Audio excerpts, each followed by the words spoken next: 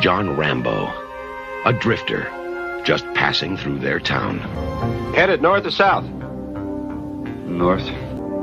I'll make sure you head in the right direction. You got someplace I can eat around here? There's a diner about 30 miles up the highway. Is there any law against me getting something here? Yeah, me. I want you to book this gentleman for vagrancy, resisting arrest, carrying a concealed weapon. They didn't give a damn. Don't move. I don't want you to cut your own throat.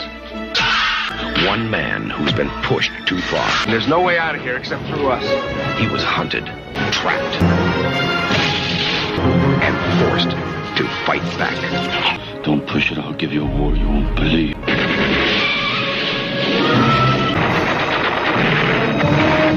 Are you telling me that 200 men against your boy is a no-win situation? You send that many, don't forget one thing.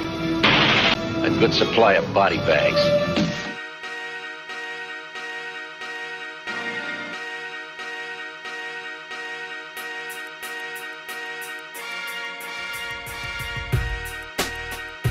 Hey folks, man, this is Monk, and we are back with another episode of Classics of Cinematics, and I'm joined as always with my co-host. We got Bobby Blockbuster. Yo, yo, yo!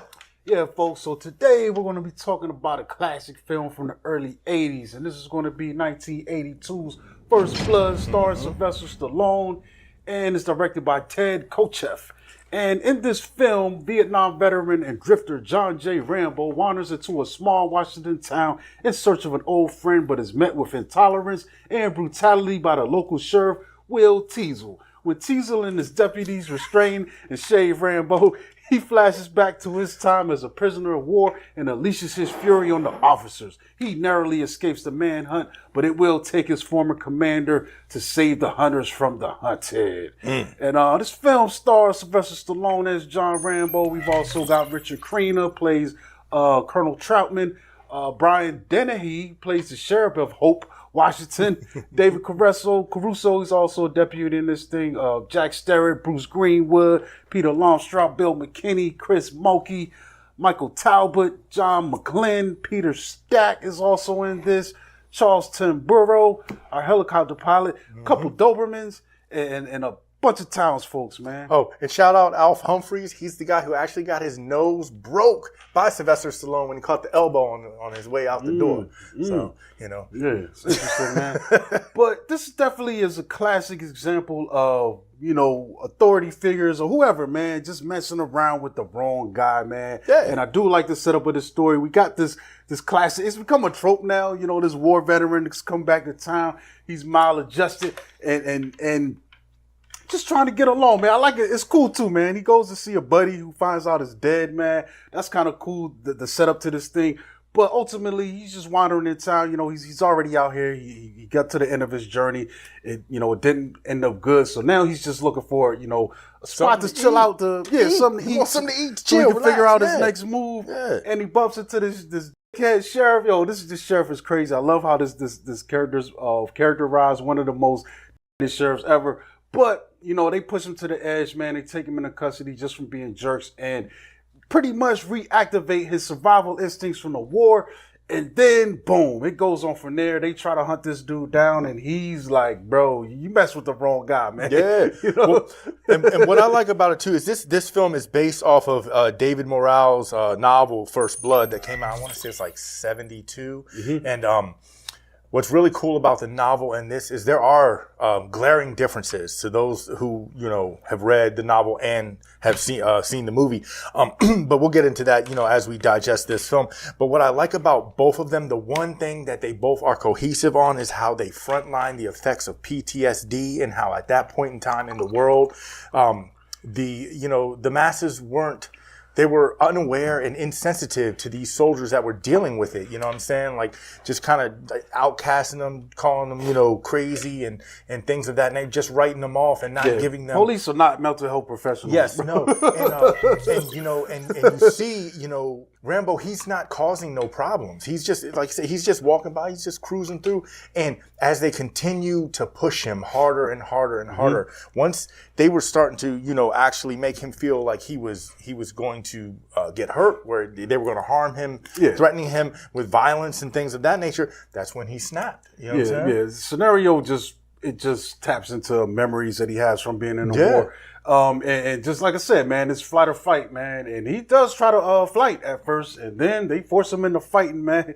You know what I'm saying? And he's good at it. He's good at it, man. He's good at it. Yeah. It's crazy too, man. Like a lot of this reminds me of films like Fugitive and, you know, things of that nature. And even recently, Rebel Ridge, you know, we talked about that before we got started. So that's a crazy setup. Also do want to mention the director real quick, man.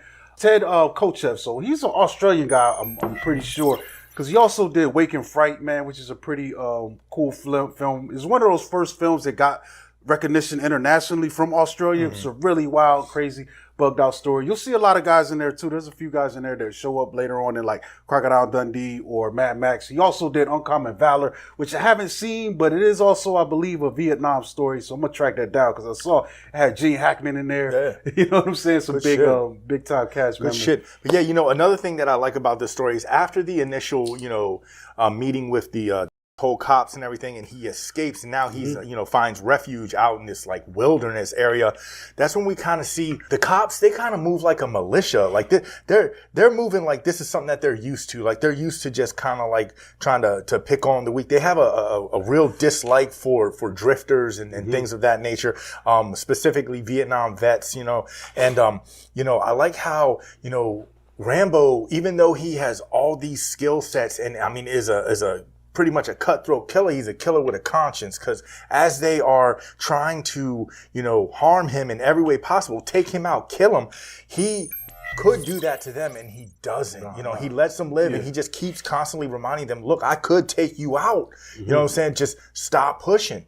Stop pushing. Just let me go about my business. Yeah, he definitely tries to de-escalate at every chance he get for the most part. Yeah. And it's interesting too, man, because this thing, you know, he's basically a Vietnam guy. That's where he cut his chops, learned his skills and all that. But this thing takes place in the Pacific Northwest. It's Seattle. And it's kind of crazy seeing him adapt that training to this environment, using what's around him and all of these things to stay ahead of his captors. And like I said, man, he's avoided conflict at every chance he get. There's a moment where he has some of these guys dead to rights. Like even the kinds of traps that he makes, they're not designed to kill these guys. They're just meant to wound them. Basically to get them out of here. Like I don't want to kill you, but you know what I'm saying? I'm gonna make sure you can't chase me no more. Even though I think after a certain point you could say he's well within his rights too, man. Absolutely. Because from the moment when that cop fires on him, when he's running out of the police station, man, it's like, yo, it's on, bro. Like you guys don't know what you're doing.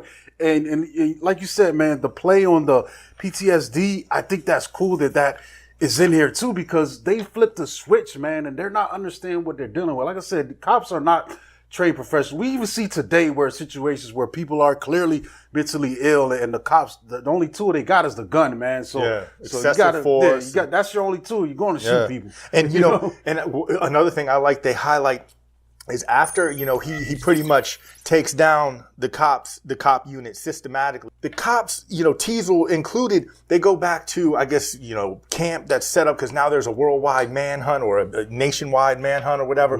And, you know, then that's when you watch these bullies start crying victim. Like they weren't the ones that were just going out of their way. And like we were talking earlier, it's not just one bad cop or like these good cops that have a bad leader. They all have this mean streak in them. Like they get their jollies off of messing with this dude. And like you said, this time they got the right one. You know what I'm saying?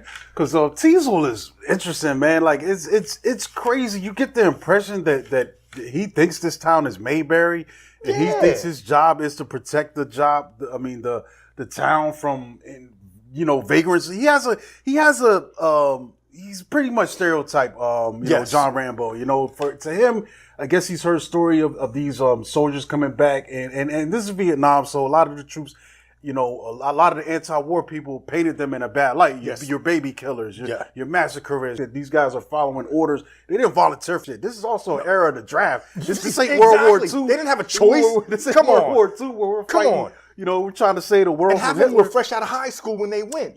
Come on. Yeah, it's crazy. But to see that manifested in this character, I think was a dope decision. And just the way it unfolds, he just does not back down, bro. Like my man, instead of taking him to a spot to get some, he could have, like, obviously he got time.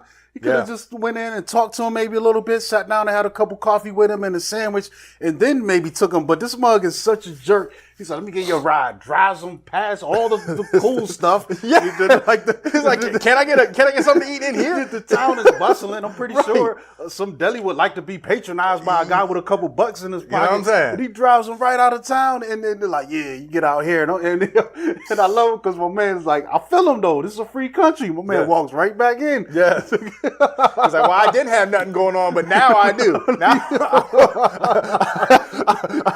This is what I fought for, bro. Yeah, to be able to do. This is crazy to me, man. And and it's funny because speaking on that, like he is such a like supreme soldier. And then as the manhunt continues, you see like they bring in their version of the National Guard, which is pretty much just volunteers from the town. And these guys, they don't know nothing about nothing because they start shooting at them just aimlessly. But the funny thing about it is, when they're shooting at him, then he comes out the little cave and he starts spraying on them. And they all play possum. They're like, oh shit, and they all lying still. And you're like, what are we gonna do, Captain? That's what I'm saying. Like, it's crazy. I love it because these guys they're used to criminals. Yeah. This guy's a trained killer, and I think later on they find out that he was this and that once his info comes back and they run his shit. But it's like, bro, what were y'all thinking? Like, it gives me the idea. I feel like, man, I don't know. This is a theory I got about some gun owners.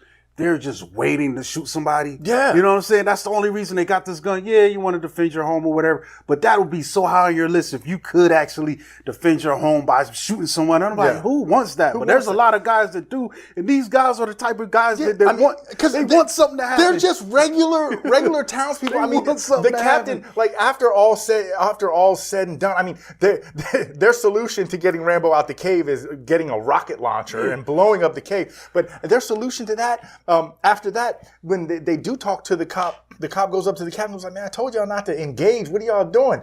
And he was like, well, this is your mess now. Tells the captain to clean it up. He was like, man, I got to go back to the hardware store. Like, he owns the hardware store. How are you? What? See, it's taking me back to Rebel Ridge, where I feel like if you look at that movie, there's a part in there where Don Johnson's character is like, they're negotiating, and he I thought we had a deal. He was like, your first mistake was the audacity to think you, and I think these guys are operating like this, the audacity for you to buck up at us and to who do you think you are? Who do you think you are? This is my town. Even the way the sheriff approaches him in the beginning, and that's just indicative of the mentality that these guys carry, bro. Like it's crazy to me, dog. Once Rambo takes it out the woods, man, he causes mayhem in Hope, Washington, dog. He's blowing up stores. He's doing I mean, it's like y'all was safer keeping his ass in the woods. Because they blow up this old mine. It looks like that he's holed up in, and they think that's it. He's done, and then my man gets up out of there. But it's also funny to me. A funny touch was they come after him with Dobermans as police dogs. I'm like, no one does that. This is never. I don't think this. I've seen Dobermans as guard dogs, but come on, man. Like, no, I don't think they're good for this kind of police work. I don't think they've ever been used this way. In this era, Dobermans was like you hear Dobermans. They had a movie about Dobermans robbing banks back in the day. so the Doberman was the big dog. They're catching a bad rap, man. The Doberman was the big dog, so to speak. Cinematically, if you wanted to look crazy, you put Dobermans in it. There you go. Like think about it. In Mouth of Madness. Dude, they had a 3-legged Doberman running around. Dobermans with no teeth. You know what I'm saying? Yeah, but since we talking about the Dobermans, as we bring up the cast, I really like what Sylvester Stallone did as John Rambo. I think he really found a way to humanize this character and make him understandable to people that are watching that might not have experienced the Vietnam War or experienced PTSD or anything like that. Because like I said, the difference between the novel and the character we see on screen is glaring. Like Rambo, he would have gutted all of the cops in the woods. He even killed the little kid that ran up on him. Lucky they weren't Charlie. That's what I'm saying. Like he would have ran through everybody with a Colgate smile and had no feelings about it, you know what I mean? Like the way that Sylvester Stallone was able to kind of turn this character into an anti-hero. You know what I'm saying? Like someone that you know, us as regular people, you're watching this and, you know, you're like, hey, man, you know what? It brings a level of realism to it because it's like anybody can get pushed to the end of their rope and then just finally decide enough is enough and bounce back, buck back. You know what I'm saying? I mean, he kind of is a ticking time bomb. I could see him getting caught up in a situation at a bar on the wrong night, but the setup of this film definitely makes you sympathetic to him, you know, just because, like I said, nobody was bothering this guy, you know, and it's crazy because he's going around like I think those are some of the best moments in this film to me when Troutman and Rambo are on the radio together and he's talking about it. He's like, bro, like he's like, I was like, I'm nothing here. You know what I'm saying? So over there, I was, you know, trained. I was highly respected.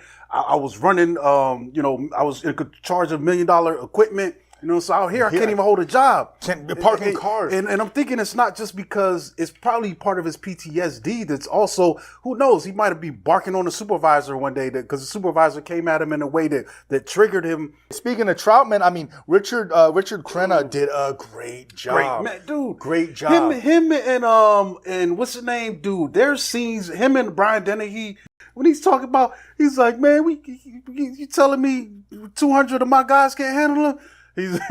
He's like, just make sure one thing, you bring a lot of body bags. I forgot the way he said it, but the way it was such a cold delivery, and these exchanges that they're having back and forth, it's like, it's really good acting, dude. Yes. It elevates this film, man, in a lot of ways. Like, this film, it still holds up, man. This is probably one of the best things Stallone has ever did, dude. Yeah, I feel minus like, Rocky 1, yeah. And I feel like just like Rocky, the sequels kind of just throw all this shit out the window. It does. It does. But this film itself is really good, dude. It's so good that it spawned a bunch of copycats to this day. Like even The Hunted, which is a really dope film. But well, and also it set the precedence and gave the blueprint for how action films need to be made. You know what I'm saying? So, but yeah, you know, one crazy thing about Troutman with Crenna, you know, who was originally supposed to play Troutman was Kirk Douglas. That could have worked. And I mean, they were filming scenes with him in it. He was in there. He was a shoo-in, and then he backed out because he started rewriting the script, and he wanted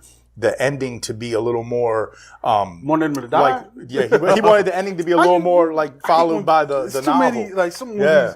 They be trying to mess the movie up, bro. Yeah. Like when people get weird. Like one thing that bothers me now is this discourse because we get too much information when, there's all these reshoots or this director, he quit. And I'm like, dude, if you look into the history of most of the great films, there's a lot of production drama behind them, dude. Yeah. It's amazing that these things come out, you know, as good as they do even with the drama. So even having drama to me isn't indicative like that the film is trouble or is gonna come out bad. You know, I see those stories now and I'm like, still, I want to see this movie. Even though, you know, we do not support scumbag cops, but man, Brian Dennehy was a great scumbag cop in this. He really set the tone and made everything that was happening make sense. Great actor, man. You know, like he really killed his role and leaned into just the absurdity of it. There's like how, you know, people in positions of power can abuse that power just pretty much seamlessly. Whatever they feel that you wake up on the wrong side of the bed, like, I'm going to do this today and execute. It's just terrible. I can't think of him being as good in anything. I think maybe Cocoon. I remember that. He was great in that. Good. Yeah. But he's a really good character actor, man. He has a couple flexes over the years, but this might be his peak. This is his biggest flex, Because when the credits start rolling, you still think like, damn, that dude was an asshole. You know what I'm saying? I ain't never going to hope. I believed he was a real cop. And he came off like one. Like when this movie went off, he's probably still there working now. Like right, exactly. Shit. Another thing that was really working for this film was the cinematography. It was Andrew Laszlo did the cinematography, and these shots are amazing. The way he captures the setting, the landscapes, especially when Rambo, you know, goes off and seeks refuge into like this wooded area, like hanging on the side of the cliff and stuff. You know, you get a sense of the scale of the environment, you know, the ruggedness of it and everything. I mean, it feels cold. Even the opening shot, like when he's walking down that road and there's this raggedy house on the side with all this junk, like you kind of already know, like just me, I was like, this has got to be Pacific Northwest or maybe Appalachia. There's parts that look like this, But yeah, definitely. Yeah, and also like the car chase scenes, like when Stallone's dipping on the little dirt bike, wee, that shit's cool. Or when he hijacks the military truck, yeah, He man. says get out of the way first, and then I couldn't figure out what the subtitles in here. He's like, get out of the way, and then he's like, He was chewing wind at that point, man. Adrian, but yeah, and then outside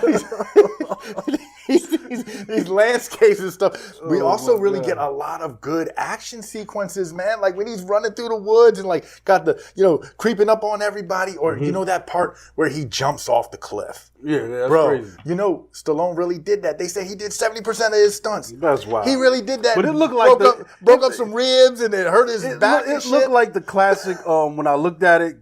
Back in the day, they had to do this because the way the bag, the catcher at the bottom was, where they just flip over and you look like they're tumbling onto their back. But they edited it a little bit to make it. It was weird. He goes from this, he's flipping, and all of a sudden he's just like this falling. I'm like, it's a little wonky, but that's crazy. He did that himself. He was nuts. Kiss my whole entire ass. I ain't jumping off no cliff. You know what I'm saying? Yeah. But yeah, he got all broke up. Something happened to his spleen. And I don't know about the wildlife. I don't know if they got wild pigs in Pacific Northwest. I'd have to look that up. But he found one. He got him a nice little he got it. Roasted. He got him some bacon. Yeah, he did. That he killed. Bacon. Yeah, he got him some. Yeah, that's crazy to me. Yeah, it's looking like it's something out there. They got a little. Yeah, and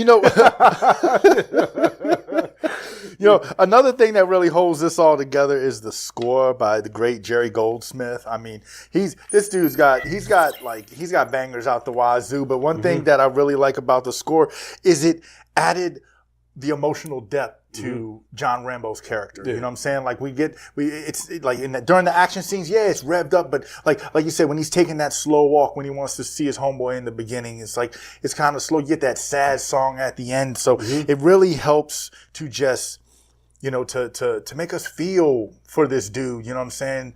Like it's good. You know what I mean? Like it's a complimentary to what's going on. Cause like even in the beginning, he's coming in, he's on this little journey to his buddy's house. It's somber, yo. It's really like grim. And then when the action moments, it ramps up. It's really driving and it's pulse pounding, dude. Yeah, you're like, oh man, then again, when it's later on, when it's got to get reflective, it kind of indicates that. It's crazy because the main theme later on, there's like the instrumental version, but then there's a version where it's like someone singing over that too. It's like a woman. It's called singing. like Lonely Road or something like that. That was that hits hard, bro. Yeah, it does. I was listening to the words before I came in. I was like, man, I don't need to listen to something a little more upbeat on the drive, man. But Goldsmith. I mean, like I said, he's a legendary. Not only did he do this, he also did the score for First Blood Part 2, Rambo Part 3, and he did the intro and outro for the animated series, Rambo Freedom Force. You know what I'm saying? And then I feel like they just probably jacked the joint from the movie and put it on the man. I remember that cartoon. It was wild. I don't think I was able to. It was coming on at a weird time. So it got one season, 65 episodes. It ran from like September to December, and started off as like a 5-part miniseries. But that's the thing. Like he's one of these composers, I think, that has a lot of distinct themes. Absolutely. Like Gremlins, First Blood, like you could hear these movies when I say Alien, Total Recall. Poltergeist. I mean, come on. Yeah, he also got a bunch of joints. He did 5 of the movies in the Star Trek movie Alien franchise. Damn. Alien, yeah, dog. He did Alien. That was probably his most notable. Did Planet of the Apes. He also did the Brandon Fraser version of The Mummy. You know what I mean? Yeah, so I mean, dude's working, and like he has a very unique sound, but very, very, he's honed into his craft. You know what I'm saying? His scores don't ever disappoint. Yeah, definitely, man. You know what I'm saying? Yeah, but yeah, man, this thing, man, I think for the most part, man, it holds up, bro. This is like the sequels, some of them can be entertaining. Part 2 is just a different animal. It's just definitely like we're just gonna go action this thing up and get nutty with it, which is wild to me because it's such a ridiculous story. Even the premise, man. I feel the same thing about going into Rocky 2 coming off Rocky 1. It's just like, yo, we gotta get this money. Yeah. This thing was a hit, man. Like the money, like what was this? The budget? Dude, it came in on a $15 million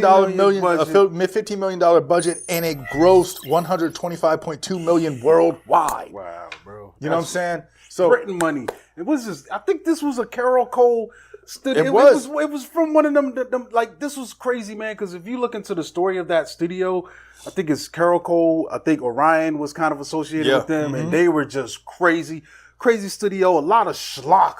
But every now and then they would have a Rambo. They would have, something like this or another even Stallone films. I think what's the one too?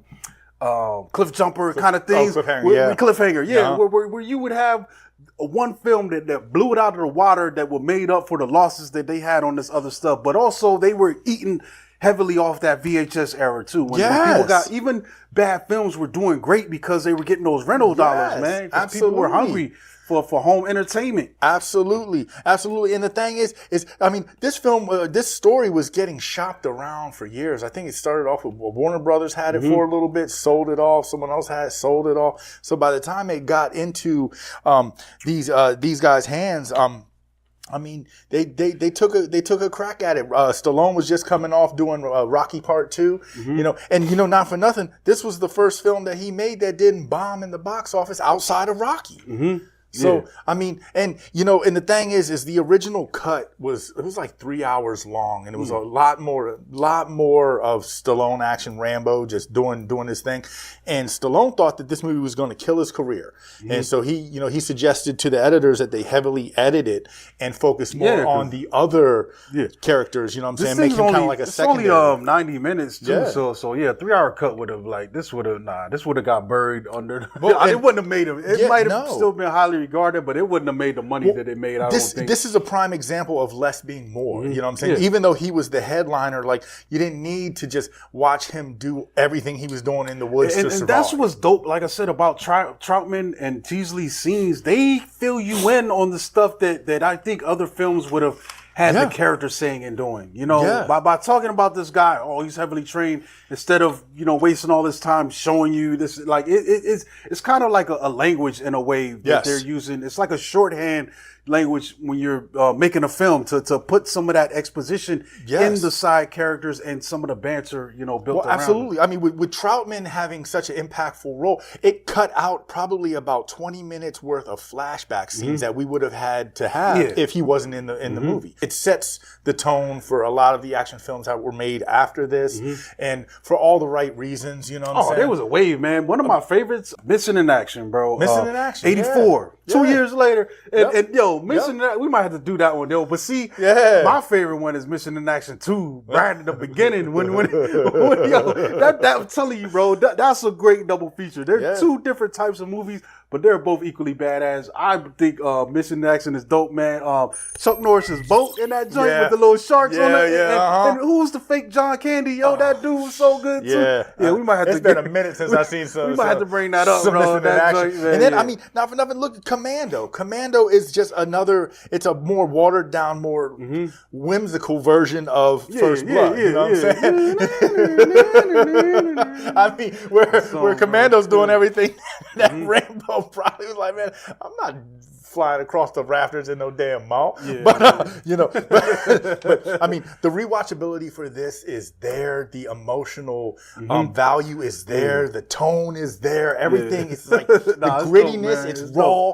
Man, I enjoyed the mess out of watching it this week because it's just like this is one of those ones. Like it's not too crazy where it's ridiculous, but it still has a grit, man. And like I said, the core of that story keeps it grounded enough where it's like, this is cool, man. Well, I think we can wrap this one up, man. Definitely check out Rambo First Blood, or First Blood as it's called, man. You're not going to find it under Rambo. They didn't throw the Rambo name on until the sequels, really. So this title was titled after the book. But yeah, man, that's it, folks, man. You know what I'm saying? Make sure you subscribe to the channel, like us, follow us, join the channel if you want to help us out with a little bit of snaps. You know what I'm saying? For the keep this thing going. Yeah, folks, man. And we out of here, man. We're going to catch you next time. And you catch me at Monkey Blood on Twitter and Instagram. I'm on Blue Sky. I'm wherever, man. But I'm about to pull back because some of these platforms don't treat me like I feel like I should be getting treated like these other ones do, man. I ain't got time for all this, bro. There you go. There you go. I ain't got time for none of it. That's why you can catch me I like on the the next rhino show. and the hoodie, though, man. Thanks, brother. I appreciate it. Yeah, I try to give me some fatigue. fatigue. Reflective too, Yeah, man? a little bit, a little something. Okay. Yeah. It's Bobby Blockbuster with the cool rhino shirt. All right, so we out of here, man. Catch y'all.